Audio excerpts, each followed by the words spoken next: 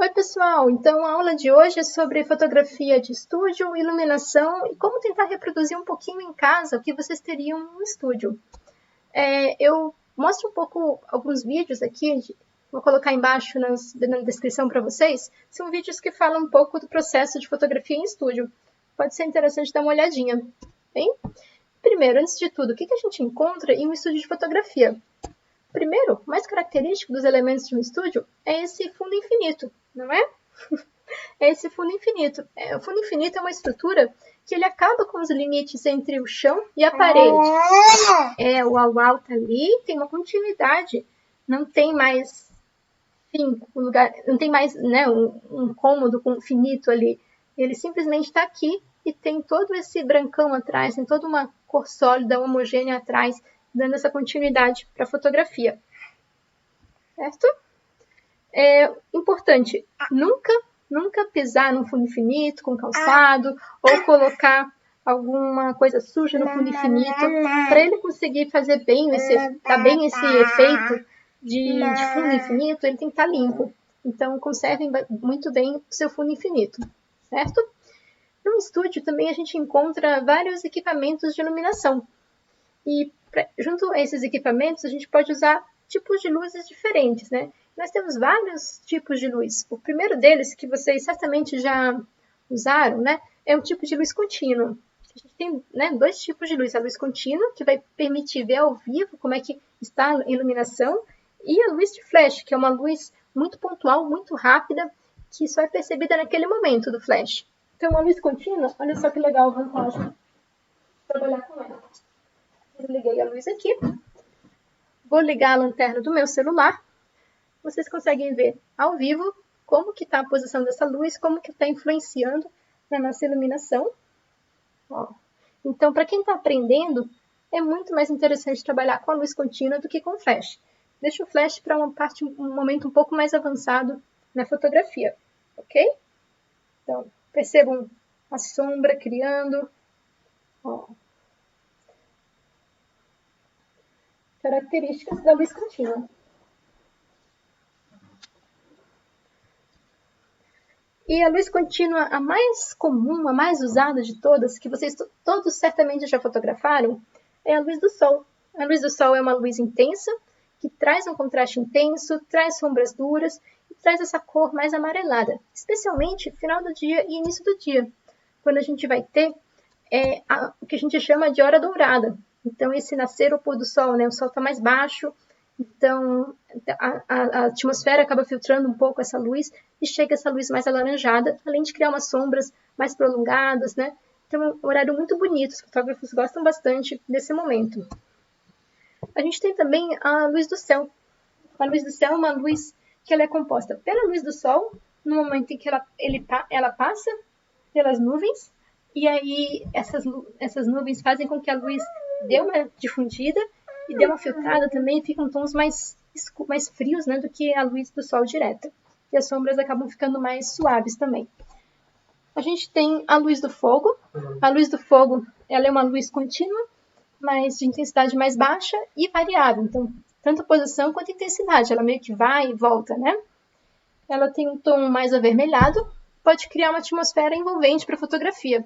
Só cuidado, um cuidado meio óbvio, é um tipo de luz que pode causar algum acidente, então preferencialmente não use em estúdio, certo? A gente tem a luz de tungstênio, ou incandescente. É um tipo de luz que era mais comum no passado, era basicamente um filamento de metal, que ele se aquecia, e aí aquecendo ele tinha essa energia, transformava, né, em energia luminosa e energia térmica, então trazia uma tonalidade bem quente, certo? A gente tem também a luz fluorescente, ao contrário da incandescente, ela tem um tom mais frio, ela é mais econômica também, em termos energéticos. E uma dificuldade ou um cuidado que a gente tem que ter com ela é para nunca fotografar com uma velocidade mais rápida do que 1/30 de segundo, porque ela dá uma certa tremidinha, não sei se já repararam, e nessa tremidinha, se você está fotografando com uma velocidade muito rápida, pode ser que seja bem na hora da tremida, e aí você acaba não tendo a intensidade de luz que você desejava na sua fotografia. A luz de LED é uma luz bem legal, ela é versátil, ela é modular, ela é econômica. Hoje a gente tem luzes que conseguem reproduzir várias tonalidades de cores diferentes, então é bem interessante também. E temos alguns modificadores de luz. Então são equipamentos que a luz, na verdade, ela vai estar aqui dentro, ela pode ser a mesma até, pode ser uma luz aqui, e aí você usa esse equipamento externo para conseguir modificar a maneira como a luz está interagindo ali com o objeto. O mais comum é a softbox. Softbox é uma caixa retangular, ela vai ter um interior aqui geralmente prateado, vai refletir mais a luz. Então, ao invés de ter uma luz pontual, eu tenho a impressão de que eu tenho um quadradão de luz, um quadradão iluminado. E a parte frontal dela, ela é translúcida, geralmente é um tecido, então vem uma luz mais difusa. E é bem interessante para a gente criar então essa grande área ali difusa de luz no nosso estúdio, certo? Temos a sombrinha, muito comum quando vocês vão fotografar, fazer uma foto 3x4, né? Sempre tem uma sombrinha de um lado, outra sombrinha do outro. Então o flash joga na sombrinha e essa sombrinha ela vira, é como se fosse também uma grande região de luz ali que volta e preenche o rosto da pessoa. Então, se ela pode ser prateada, ela pode ser branca, ela pode ser dourada. Quando ela é dourada, ela cria uma ilusão ali de uma tonalidade quente, ela cria a ilusão de que a pessoa está mais saudável, assim, aquela cor um pouco mais de saúde do que a cor prateada, digamos assim. Temos também o rebatedor. O que é um rebatedor? Ele basicamente vai rebater a luz, como o nome já diz. Então, por exemplo, eu tenho esse bichinho, não sei se está dando para ver bem, e tenho aqui um envelope branco, então uma coisa bem simples. Percebam como eu consigo jogar a luz, é só a luz do monitor, tá? Percebam como eu consigo jogar a luz para cá apenas com esse papel. Podia ser um papel, podia ser um isopor, podia ser um kit de rebatedor mesmo. Mas a ideia é essa, criar um preenchimento sem a necessidade de uma segunda luz. Nesses dois exemplos, a foto foi feita com um rebatedor, uma softbox na lateral aqui esquerda, aqui também. Aqui não tinha nada, aqui tinha um rebatedor. Olhem a diferença enorme que faz, tá vendo? Como eu consigo ver os detalhes, os contornos aqui muito melhor do que eu vi aqui. Aqui quase não se percebia os contornos e não se percebiam os detalhes. Aqui eles são visíveis. Agora falando sobre luz de flash, a luz de flash pode vir em 3 formas. Pode ser um flash embutido, aquele que já vem com a câmera. Ele é um flash mais fraco. A grande desvantagem dele é que ele não sai ali daquela posição da câmera, então ele sempre vai ser um flash frontal, que pode dar uma chapada ali na pessoa, né, ou quem está fotografando. Então a posição dele não pode variar. Ele é mais interessante como luz de preenchimento e não como luz principal. Luz de preenchimento, como nessa foto, por exemplo, em que foi tirado um pouco dessa sombra esquisita, né, do chapéu no rosto dessa senhora. Também existe um anel de flash. O anel de flash, ele é um flash que fica muito próximo aqui ao eixo da lente. É muito usado em fotografia de modelos, porque ele dá esse efeito aqui nos olhos dos modelos. Então, se algum de vocês já foi modelo, provavelmente devem ter visto um flash desse em algum dos ensaios, certo? Temos o flash dedicado, o speedlight. Ele é um meio termo entre o flash embutido e as tochas. É muito usado, por exemplo, em ensaios externos, em eventos, em casamentos. Ele é um flash portátil, um flash versátil, tem umas funções mais avançadas. É bastante interessante também. E temos a tocha. A tocha é um tipo de flash maior, ele é mais potente. Ele pode ser usado com diferentes modificadores de luz, maiores também, né? Mas ele requer geralmente uma alimentação externa. Por isso que a gente não vê tanto ele também em um ensaio que requer bastante movimentação, como ensaio de evento, as coberturas de eventos, ensaios externos. Geralmente é o flash dedicado nesses exemplos. Bem? E se eu quiser suavizar a luz, tem algumas possibilidades. Se eu não quiser aquela luz tão dura, tão direta no meu objeto. Eu posso usar um rebatedor, como eu mostrei para vocês. Eu posso usar um difusor. Então, pega um pano branco, algo assim, um papel manteiga, coloca na frente, coloca entre a luz e o objeto, ele vai fazer essa luz dar uma difundida, vai ficar mais suave no objeto.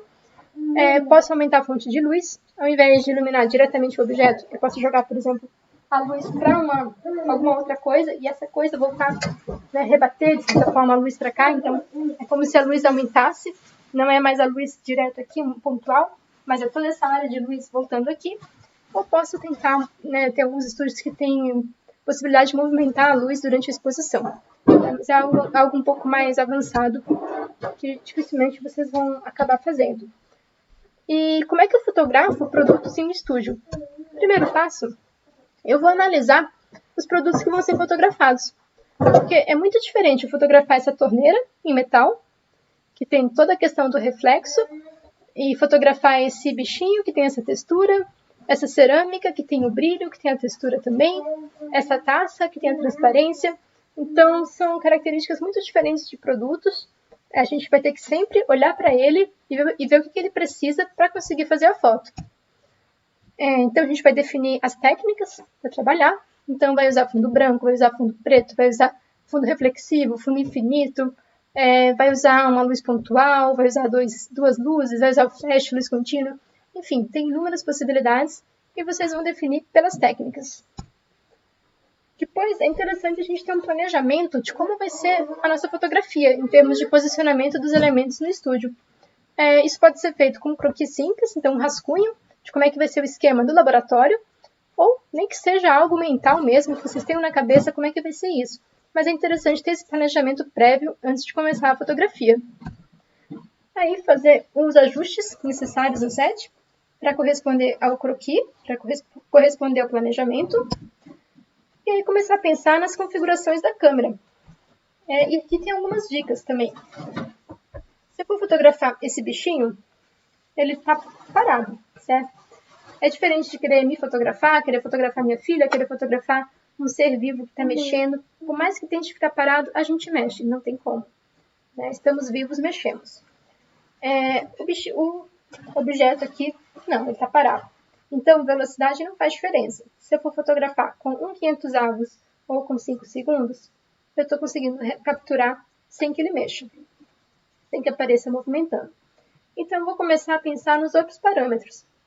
E aqui o ISO ele é bastante importante, porque o ISO ele vai me dar aquele grau de sensibilidade, né, do nosso sensor, e também do ruído que vai ter na foto. A gente não quer ruído numa foto de produto. Então, vamos deixar um ISO bem baixinho. Coloca ali um ISO 100 no máximo. E aí a gente vai ter pouco ruído na foto, certo? Bom, então, ISO 100, como é que vai ser o diafragma? Depende, eu quero um foco maior, quero um foco menor na minha imagem, vou pensar nisso. E aí, se eu quiser dar uma atenção para um detalhe, eu posso desfocar o resto e focar só naquele detalhe. Trabalhar o foco manual, né, a câmera no tripé, produto paradinho na mesa, e aí eu consigo trabalhar com esse diafragma mais aberto ali, então um número pequeno, né, por exemplo, um diafragma f2.8, e aí eu faço foco só naquela região, e aí sim que eu vou ajustar minha velocidade, de acordo com as configurações de luz e dos outros parâmetros da câmera que eu acabei de ajustar. Uma dica também, se eu estou trabalhando com tripé, vou fotografar, certo? Então, estou com a câmera aqui no tripé. Na hora que eu clico no botão ali para fazer a foto, a câmera dá uma certa tremida. Essa tremida, ela é prejudicial, por causa que se eu estiver trabalhando, dependendo de como for a velocidade, vai aparecer tremida a foto. Então, você pode trabalhar com um temporizador. Coloca um temporizador de 5 segundos, por exemplo, que dá tempo de você clicar, tira a mão dali, a câmera vai dar essa tremida, vai voltar, vai estabilizar e aí faz a foto, certo? Pergunta importante, quais são as cores deste vestido? Pois para mim elas são branco e dourado. Eu sei que tem muita gente que vê azul e preto, mas eu vejo branco e dourado. E vejo branco e dourado nas 3 versões. Nessas 3 versões foi feito um ajuste, né, de cor para saturação, para conseguir se chegar a essas 3 versões. Mas o que acontece é que os nossos olhos fazem um ajuste de branco também, para conseguir ter uma ideia de que cor é aquela. E essa foto é uma foto que traz poucas referências. A gente não sabe... A gente não sabe que outros elementos tem ali e não sabe com que cor foi fotografado. Por isso dá essa confusão. Tem gente que enxerga, que nem eu, branco e dourado, e tem outras pessoas que enxergam azul e preto. O vestido original, ele era azul e preto, como nessa foto. Essa é a foto oficial do vestido. E essa é outra foto que ficou bastante famosa por conta dessa polêmica, desse ajuste de branco que a gente faz nos nossos olhos. Eu estou falando de ajuste de branco. Toda câmera tem um ajuste de branco. Ou seja, a gente fala para a câmera qual é a cor que está sendo usada. Então, é uma luz do sol, é um dia nublado, é a luz de tungstênio. E aí a câmera faz o ajuste das cores a partir da cor que tem aquela luz que eu estou usando. Tem várias câmeras que têm uma possibilidade de ajuste de branco manual. Isso é mais interessante no momento em que eu consigo ter um ajuste mais preciso, mais fino, do que esses modos já prontos. Certo? Tem uma regrinha também, regra do quadrado inverso. Quando uma superfície é iluminada por uma fonte de luz, a intensidade de luz na superfície é inversamente proporcional ao quadrado da distância até a fonte de luz. Parece complicado, né? Parece? Pois é. Na verdade, não é complicado, não. O que eu quero dizer?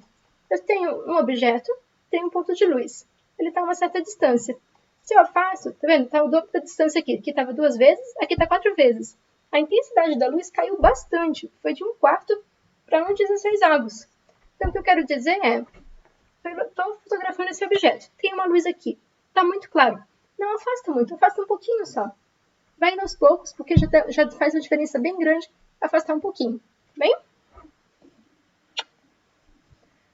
Dica de iluminação. Tem um gatinho. Vou usar ali uma luz. Então, liguei a luz, só tem ela ligada, o resto está apagado. Então, ajustei brilho, ajustei sombra. Tenho certeza que não tem nada esquisito mais na minha fotografia. Só nessa hora, eu pego, quando está 100%, que eu pego e apago a luz. Aí, se for o caso de usar outra, eu acendo uma segunda. Mesma coisa, faço todo o ajuste, posição dela correta, para que ela fique bem ali em relação ao meu objeto. Então, está 100%, apago. Se precisar de mais uma, faço a mesma coisa. E vou fazendo luz por luz, e só então eu ligo todas juntas.